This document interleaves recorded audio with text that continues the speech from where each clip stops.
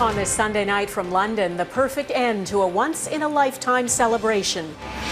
You look perfect tonight. The pageant outside the palace and the roars from the crowd. As the Queen says she's touched by the outpouring of affection. The humor. Perhaps you would like a marmalade sandwich. And even a hologram of Her Majesty. Plus reflections on her 70-year reign. Somber anniversary in Ontario. I now have a gaping wound left in my heart. Honoring the Oswald family murdered because of their faith. And the crises the world is neglecting, all of them on one continent. Global National with Donna Friesen, reporting tonight from London. It was a pageant fit for a queen. 10,000 people, from essential workers to celebrities, making their way to Buckingham Palace, all here to pay tribute to the woman who has reigned for 7 decades. And inside the same gold state carriage used at her coronation, the Queen, not in person, but a hologram of a young queen, waving to the crowd as she has for 70 years. Good evening from London on this final day of the Queen's Platinum Jubilee, the 4-day celebration marking a moment in history unlikely to be repeated. It culminated in a spectacular pageant here in London, street parties across the country, and an encore appearance by the Queen on the balcony of Buckingham Palace. Redmond Shannon begins our coverage tonight. Redmond? Donna, 4 days of celebration and adulation have come to an end. A special long weekend that was 7 decades in the making. A day designed for a queen could hardly have started in a more British way. Charles and Camilla, tea and cake and bagpipes in a cricket stadium. And I think his opening comment was, because it was only 11:30, it's a little early for lunch. Some grey London skies too, but in the capital at least, the rain held off. Of course, not every event can welcome royalty. Tens of thousands of street parties like this one are happening in communities right across the UK. On the Isle of Dogs in East London, community groups organised the opening of an orchard to coincide with the Jubilee. I think for most it's an occasion to get out and be in the community and chat. The Jubilee is part of it. Many residents in this social housing project have roots in countries across the Commonwealth. Ahmed Hussein's family emigrated from Bangladesh when he was 4. But because our ancestors worked directly under the royals, that has a direct influence. And they speak highly about them. But the next generation, there's a split.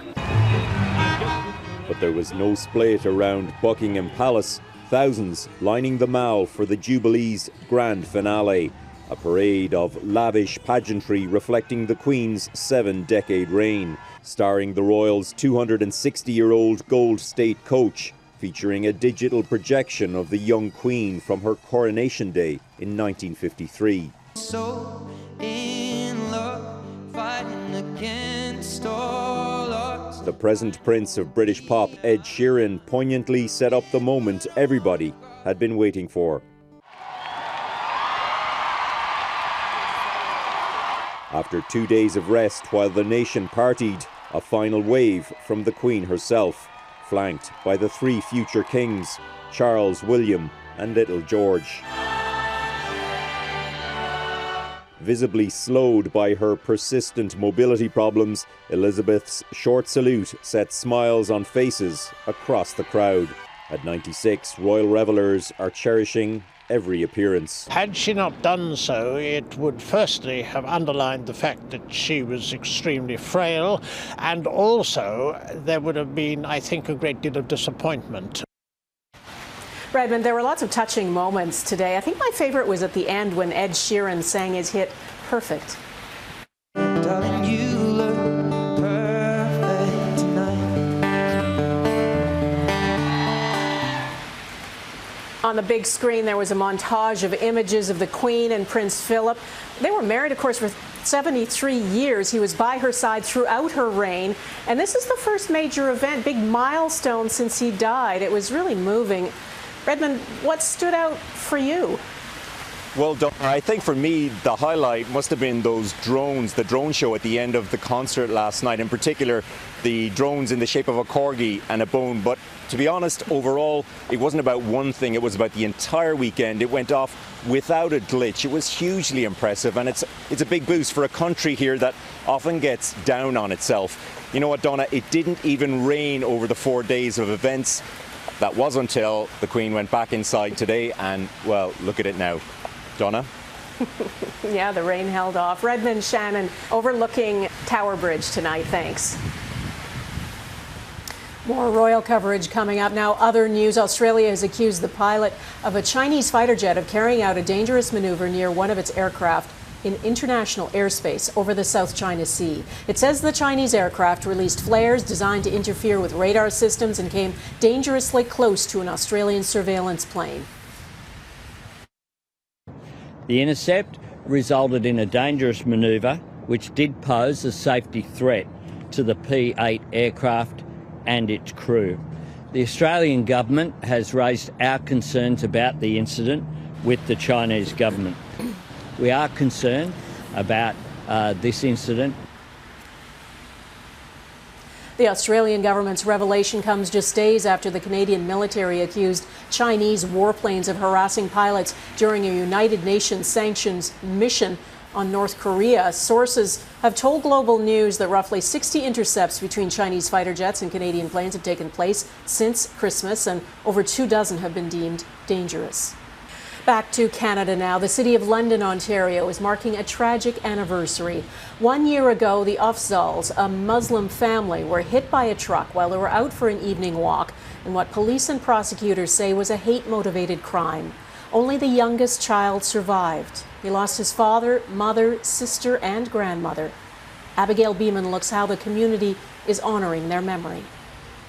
Last year, I would never be able to understand how all it took was one act of hatred to change my entire life. A life where I now have a gaping wound left in my heart. 1 year since Isa Islam lost her 15-year-old cousin Yumna Afzal and Mariam Al-Sabawi lost her dear friend. The grief is overwhelming.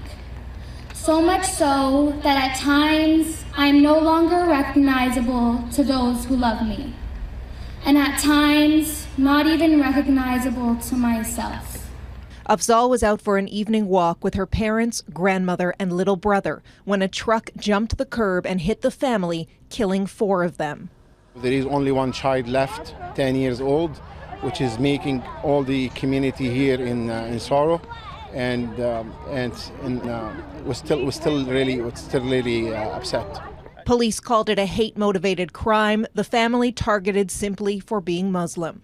Nathaniel Veltman is charged with 4 murders and 1 attempted murder, terrorism charges added later. His trial set for the fall of 2023. When I think of Quebec City and London a year ago, there are a couple of young men who will hopefully never again see the light of day from inside their prison cells. The Prime Minister among many who spoke to the crowd in London to kick off a memorial march, just one of multiple events to remember the family this week and call for change.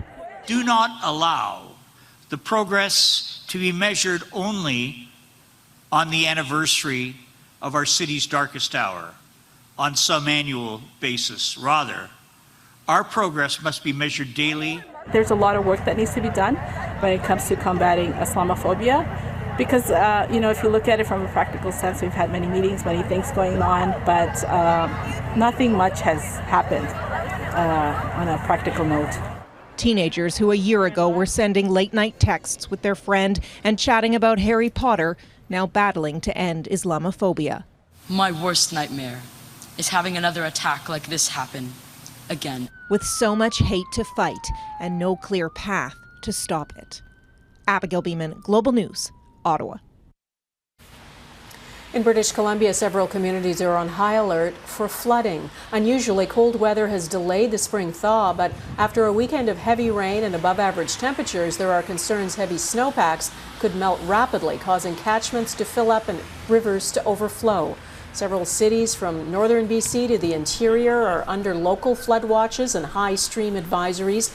The city of Terrace has put a barrier in place to hold back the Skeena River, which is expected to peak tomorrow. Some breaking news from Toronto. After days of deliberating, a jury has found singer Jacob Hogard guilty of sexually assaulting an Ottawa woman, causing bodily harm. The former frontman for the Canadian band Headley has been found not guilty on 2 other counts involving teenage fans. Hogard had pleaded not guilty to all 3 charges. He insisted the encounters were consensual. Ukraine's capital under attack. Coming up, Russian missiles hit Kyiv, plus the deadly assault on a church in Nigeria. We are overlooking the Tower of London on this rainy night. We are back in a moment.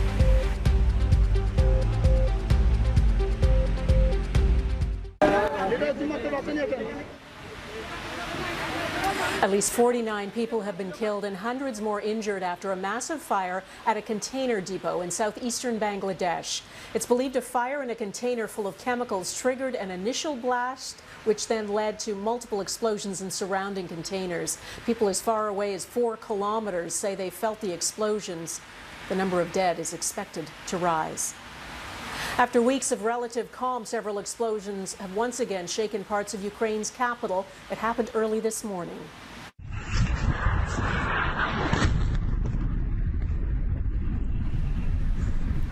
They were Russian missiles. Russia's defense ministry claims they used long-range, high-precision missiles to target tanks in Kyiv supplied by European countries. Ukraine, though, says a train repair plant was hit and only grain trucks were damaged. At least 1 person was injured. In an interview with state media, the Russian President Vladimir Putin warned any Western deliveries of long-range rocket systems would prompt similar airstrikes. The U.S., Germany, and the U.K. have announced plans to send more weapons to Ukraine this week. We are in London for the Queen's Platinum Jubilee. Corgis are synonymous with Her Majesty, so it made sense 20 of these corgi puppets walked in the pageant today. She has had more than 30 corgis and dorgies during her reign. Her first and favorite corgi, Susan, was given to her as a gift on her 18th birthday. We'll be right back. You're watching Global National.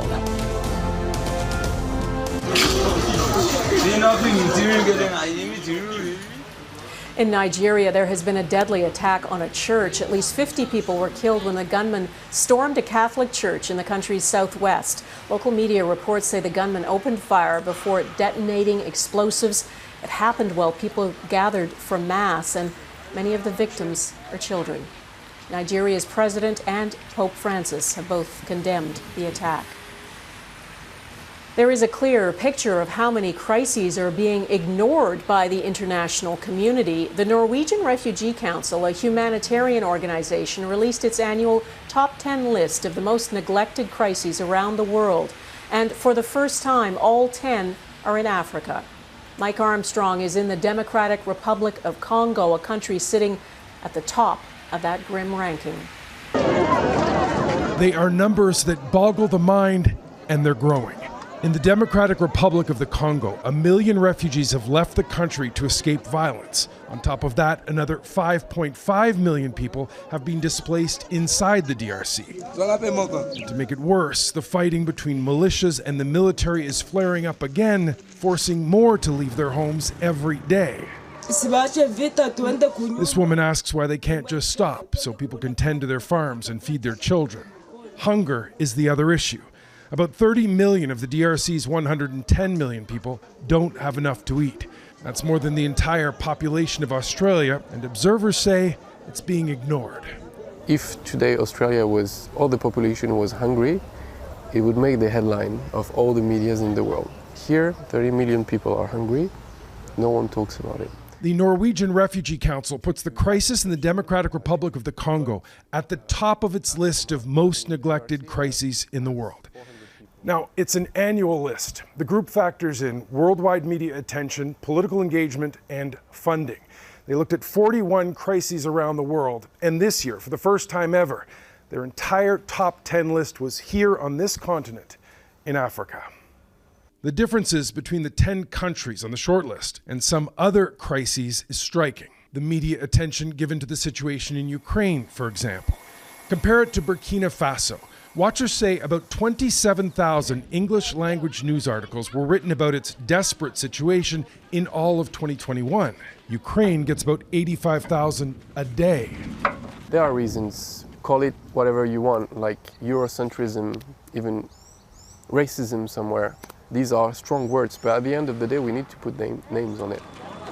That difference in attention means a difference in political engagement. The push to help with funding just isn't there. That's one of the reasons this list exists, to show where global crises are being ignored. The Norwegian Refugee Council says it's close to halfway through the year, and it's only found about 10% of the money it needs to help here in the DRC. Whereas when the call went out for help in the Ukrainian humanitarian crisis, it got all the donations it was after in a single day. Mike Armstrong, Global News, Kinshasa, the Democratic Republic of the Congo. The balcony of Buckingham Palace is where so many significant royal moments have been marked over the years, from young Elizabeth's first appearance as a toddler through coronations, weddings, and major state occasions. We'll be right back from London. Perhaps you would like a marmalade sandwich. I always keep one for emergencies. So do I. I keep mine in here. For later. How can you do anything but smile at that? The Queen didn't make it in person to all of the events at her Platinum Jubilee, but it really didn't matter. The huge crowds were still all there for her. Even if you're not a monarchist or you think the whole thing isn't relevant in the 21st century, there is no denying the Queen has been an enduring, even endearing presence in the world, a thread stretching across 7 decades of history. It feels like she's always been Queen. Perhaps that's because most people alive today weren't born when Elizabeth began her reign. She was 25. Her life's path was set. The empire was fading. She knew the monarchy had to change with the times. Parliamentary institutions, with their free speech and respect for the rights of minorities, and the inspiration of a broad tolerance in thought and its expression, all this we conceive to be a precious part of our way of life and outlook. Her coronation was the first to be broadcast on TV and marked the start of the modernization of the monarchy. More than 20 million people watched it. To stay relevant, she needed to be seen. And she's traveled more than any other monarch. This was Montreal in 1959. Throngs of people greeted her. She's made more trips to Canada than any other country. Thank you very much. And has met multitudes of people. Imagine how many times she's done that royal wave, how many hands she's shaken. You have to just soldier on, and you have to put on a brave face, and you represent all things to all people at all times. Robert Hardman has written a biography of the Queen. She's always mindful of the fact, for the person in the room, it might be just another day at the office for her, but for all the people around her, this is one of the big days of their life, and you mustn't let them down. By this further deliberate attack on the lives of our King and Queen. Her resilience shaped during the Nazi bombing campaign of London. She joined the Territorial Service and trained as a mechanic. She's the only head of state alive to have worn a uniform during the Second World War, and likely the only monarch who can strip a gearbox in a 4-ton truck. She's outlasted countless world leaders and persevered through fractured family dynamics. In 1992, the year the marriages of 3 of her children fell apart, she acknowledged it was an annus horribilis, a horrible year. The Queen! Hip hip! Fast forward 30 years, and she's still here. She talks about her belief in sort of small acts of kindness, small steps. That's been her sort of philosophy. You don't do big revamps, you know, she's not a brand of soap powder or a politician where you're suddenly announcing, here's the big thing. She doesn't do big things. She does lots and lots of little things. But when you've been doing lots and lots of little things over 70 years, boy, does that add up. Happy Jubilee, ma'am. And thank you for everything. That's very kind. Such a sweet moment. That is Global National for this Sunday of the Platinum Jubilee weekend. Queen Elizabeth has heard her song, what is the national anthem in this country, sung more times than anyone can count. But at the end of this weekend's celebrations, as she stood on the balcony with 3 generations of her family, it was especially poignant. The longest-serving monarch in British history heard God Save the Queen one more time, sung by tens of thousands of people. Good night from London.